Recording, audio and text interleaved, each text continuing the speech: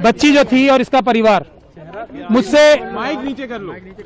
मुझसे ये रोज पूछ रहा था कि क्या अब हम अगले 5 मिनट जिंदा रहेंगे या नहीं रहेंगे। अब कम से कम मैं इन्हें ये बता सकता हूं कि आपके पास अभी बहुत छोटी सी रिलीफ मिली है। बिल्कुल हमें इसको विक्ट्री नहीं कहना चाहिए, मैं इसको विक्ट्री नहीं कह रहा हूं, ये विक्ट्री नहीं है, ये एक छोटा सा सांस लेने का मौका विक्टिम और उसको परिवार को मिला है। इसके अलावा इस फैसले को मैं कुछ भी नहीं देख सकता, क्योंकि जो सीबीआई ने जो स्टैंड लिया है, जो हमें डर था वही किया उन्होंने। बहुत लिमिटेड पॉइंट पे स्टैंड लिया है उन्होंने, और जो हमारे सबसे मजबूत ग्राउंड थे उनको रेज ही नहीं किया, जो जजमेंट में भी मौजूद हैं।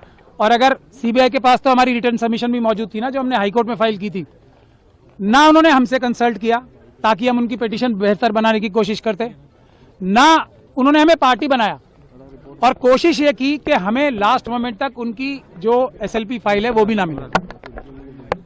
तब आज भी, लेकिन मैंने आपको पहले भी कहा है, इस बच्ची और इसके परिवार के खिलाफ इतने ज्यादा अत्याचार हुए हैं, इतने ज्यादा सबूत मौजूद हैं कि अगर इतनी सी भी बात की जाएगी ना, तो कोई भी जज, कोई भी अदालत इस बच्ची के ही पक्ष में फैसला देगी। और इसीलिए इस जजमेंट को हम क्रिटिसाइज कर रहे थे कि ये जो दिल्ली हाईकोर्ट की जजमेंट थी, वो इतनी महान दयालुता जो दिखाई थी इस कॉन्विक्ट को, कुलदीप सिंह सेंगर को, जिसको मैं बोलता हूँ एप्स्टीन गैंग के मेंबर हैं, वो इंडियन एप्स्टीन गैंग के मेंबर हैं, उनके साथ बहुत बड़ा गैंग भी है। और आज आप लोगों ने अंदर भी देख लिया होगा कि हम लोगों की संख्या इतनी सी थी उन लोगों की संख्या के आगे, और हमें दोनों तरफ से मुकाबला करना पड़ रहा था, इस तरफ से भी और उस तरफ से भी। तो टेक्निकल ग्राउंड पे आज कोर्ट ने फिर भी हमें मेन मेरिट्स पे सुनने का मौका, सुनवाई करने का मौका नहीं दिया, क्योंकि हमने ये कहा था कि जो सीबीआई ने बोला है वो टिप ऑफ द आइसबर्ग है। हमारे पास अभी मेजर पोर्शन है, जिसमें ये पब्लिक सर्वेंट की बात तो बहुत छोटी है ना, पब्लिक सर्वेंट के अलावा ये person in dominance in control है, क्योंकि इसी जजमेंट में लिखा हुआ है कि कुलदीप सिंह सेंगर साहब ने पंचायत होल्ड करके सबको बुलाया था अपने सामने और ये बोला था कि केस फाइल करो या ना करो, ये मैं तय करूंगा। इस तरफ की बातें इसी जजमेंट में लिखी हुई।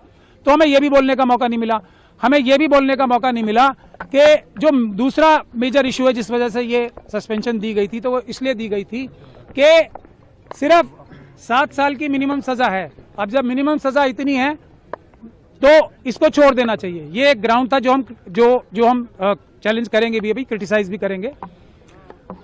तो मैक्सिमम पनिशमेंट देखी जाती है ना, ये कोर्ट, कोई भी हाई कोर्ट ये फैसला तभी दे सकती है जबकि वो डिटेल में फैसला दे कि इसमें मिनिमम पनिशमेंट से ज्यादा दी नहीं जा सकती। हम ये भी नहीं बता पाए, मैं भी आपको 3-4 पॉइंट ही बता रहा हूं। हम ये भी बताना चाहते थे कोर्ट को कि जो थ्रेट परसेप्शन की बात की है वो बिल्कुल परवर्स है। इस बच्ची के तो पिता को मारा गया, इस बच्ची के साथ रेप, गैंग रेप किया गया, इस बच्ची के वकील को मारा गया, इस बच्ची के मौसी चाची को मारा गया। उसके बाद भी जब अपील चल रही थी, उस दौरान भी जब सिक्योरिटी विड्रॉ करा ली सेंट्रल गवर्नमेंट और स्टेट गवर्नमेंट के बड़े बड़े वकीलों ने यहाँ पेश होके, तब भी 2-2 एफआईआर कराई।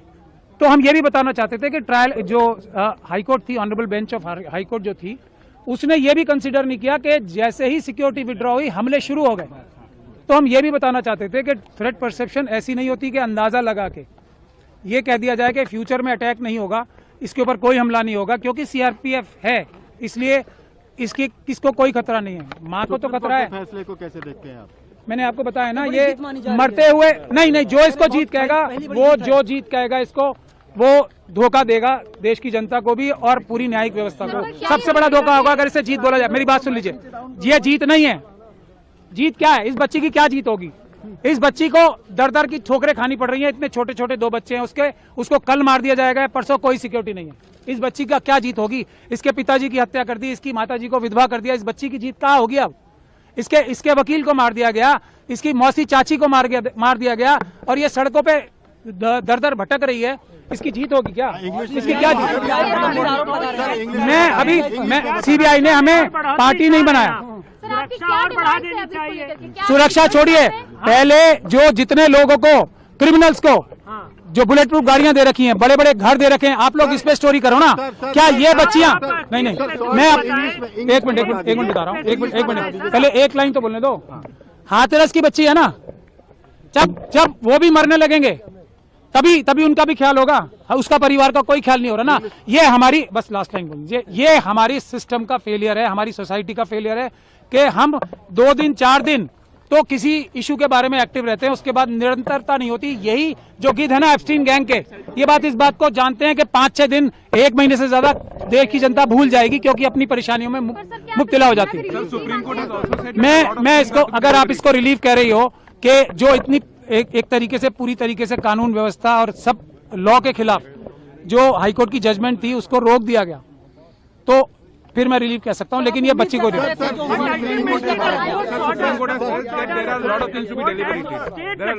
नो, मैं एक चीज जो इन्होंने पूछा, मैं गजेंद्र भाई का धन्यवाद कर, आपने एक मिनट मैं इनकी बात का जवाब दे दूं। बहुत अच्छा सवाल पूछा आपने। हम उम्मीद ये कर रहे थे कि एक सुओ मोटो जो सुप्रीम कोर्ट ने संज्ञान ले रखा था सभी बच्चियों के बारे में, जो छोटी बच्चियां हैं उनके रेप और मर्डर्स के बारे में, उसको रिवाइव हम कम से कम करा देते, लेकिन हमारी सुनवाई नहीं हुई।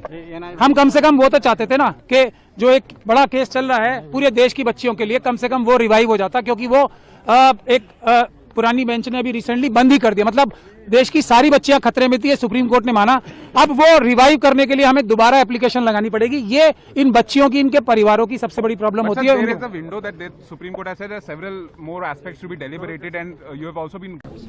मुझे खुशी है, मैं सत्यमेव जयते ही बोलना चाहूंगी, और मैं चाहती हूं कि हमारे देश की जिस जनता का सहयोग रहा इस बिटिया के साथ, आप लोगों का तो सबसे ज्यादा सहयोग रहा, मीडिया बंधुओं का तो सबसे ज्यादा सहयोग रहा, और डे 1 से आप लोग सपोर्ट कर रहे हैं इस पीड़िता को, उसकी वजह से। और स्पेशली सुप्रीम कोर्ट ने भी बहुत सेंसिटिविटी से इसको डील किया है, हमें इस चीज़ को अप्रिशिएट करना चाहिए। हाई कोर्ट का ऑर्डर बहुत गलत था और सुप्रीम कोर्ट ने इस बात को समझा, और ना कि समझा, एक कदम आगे बढ़कर बहुत सारे पॉइंट्स उन्होंने बताए हैं जो कि आपसे शेयर कर लिए जाएंगे। और मुझे लगता है ये सिर्फ इस पीड़िता की जीत नहीं है, उस हर पीड़िता की जीत है, और उस महिला की जीत है, उस बेटी की जीत है जो अपने न्याय की लड़ाई को छोड़ देती है, या वो सोचती है कि हमें न्याय मिलेगा ही नहीं तो हम रिपोर्ट ही नहीं करते।